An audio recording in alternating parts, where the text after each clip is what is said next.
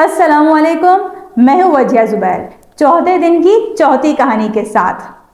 بازار میں بے تحاشا رش تھا۔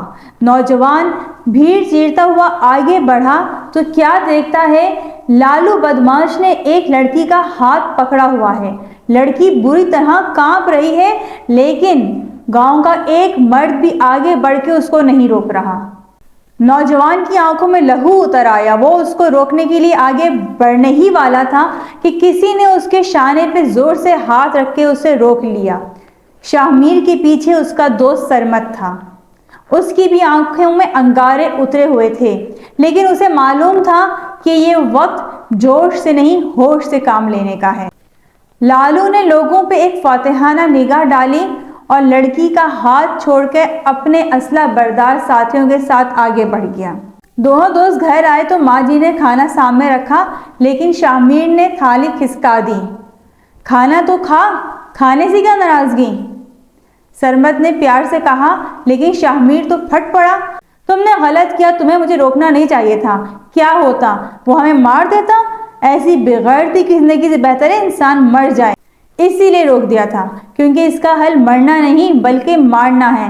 میں خود سوچ رہا ہوں کہ ایسا کیا جائے کہ لالو سسک کے مر جائے۔ ان دونوں کی بات سن کے ماں جی بھی ان کے پاس آ کے بیٹھ گئی اور پیار سے کہا، بیٹا لالو نے آج جو کچھ کیا ہے اس کا ذمہ دار صرف لالو نہیں بلکہ یہ پورا گاؤں اس کا ذمہ دار ہے۔ دونوں حیران رہ گئے۔ دونوں نے حیرت سے پوچھا، گاؤں کا ذمہ دار ہو سکتا ہے؟ بیٹا لالو کے باپ کا انتقال اس وقت ہوا جب وہ 7 یا 8 برس کا تھا۔ لالو کے باپ کے انتقال کے بعد گاؤں والوں نے اس کو اس کی ماں کو بہت تنگ کیا۔ ایک رات اس کی ماں کی لاش درخت سے لٹکی ہوئی ملی، لیکن اس کی ماں کے جانے کے بعد بھی لالو کو اس گاؤں والوں نے برداشت نہیں کیا۔ اس کو بہت تنگ کیا۔ اس کا خوف، جھنجھلاہٹ اور پھر غصے میں بدلا تو گاؤں کے ہر شخص نے اس کو بدتمیز اور جاہل کہنا شروع کر دیا۔ اس کی معصوم ماں پہ الزام تراشیاں شروع کر دیں۔ لالو کو بدتمیزی سے لے کر بدماش بنانے تک اس گاؤں کے ہر شخص نے اپنا کردار ادا کیا ہے۔ اگر اسے پیار اور محبت سمجھایا جاتا، اس سے محبت کی جاتی، شفقت سے پیش آیا جاتا تو شاید آج اس گاؤں کو لالو جیسے بدماش کا سامنا نہ کرنا پڑتا۔ اور یاد رکھو بیٹا، اگر سزا نہیں روکا گیا تو پتہ نہیں کس طرح پورے گاؤں سے بدلہ لیتا رہے گا۔ شاہمیر اور سرمت دونوں اسی وقت اٹھ کے ڈیرے پہ چلے گئے، جہاں رات بھر کے جاگے ہوئے ڈکیت آرام سے سو رہے تھے۔ 2 ڈکیت باہر پہرا دے رہے تھے، لیکن لالو جاگ رہا تھا۔ لالو نے گرمجوشی سے استقبال کیا۔ وہ ان سے بہت محبت کرتا تھا، کیونکہ ماں جی گاؤں کی وہ واحد خاتون تھی جنہوں نے ہمیشہ شفقت سے لالو کے سر پہ ہاتھ رکھا۔ ماں جی کیسی ہیں؟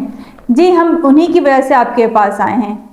لالو اٹھ کے بیٹھ گیا، پریشان ہوتے ہوئے کہنے لگا، کیا بات ہے ماں جی، خیریت سے تو ہیں؟ طبیعت تو خراب نہیں ہے ان کی؟ یا گاؤں میں کسی نے انہیں پریشان تو نہیں کیا؟ بتاؤ مجھے کس نے پریشان کیا ہے؟ وہ ٹھیک ہے، ہم بس آپ سے چند باتیں کرنے آئے ہیں۔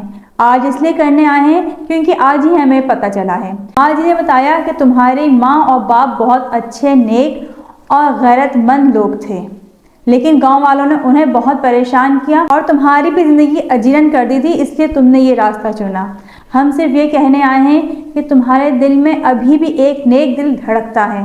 اگر ایسا نہ ہوتا تو تم بھی سکون کی نیند سو رہے ہوتے، لیکن تمہارا جاگنا اس بات کی گواہی دے رہا ہے کہ جو کچھ تم نے آج کیا ہے اس کے بعد تم بھی پرسکون نہیں ہو۔ لالو حیرانی سے ان کی شکل دیکھ رہا تھا۔ شاہمیر نے کہا، ہمیں معلوم ہے آپ کی یہ راستہ چھوڑنا اتنا آسان نہیں ہے، لیکن آپ غلط کے بجائے لوگوں کے فائدے کے کام شروع کر دیں تو اس سے آپ کے ماں باپ کو بھی سکون ملے گا اور آپ کو بھی۔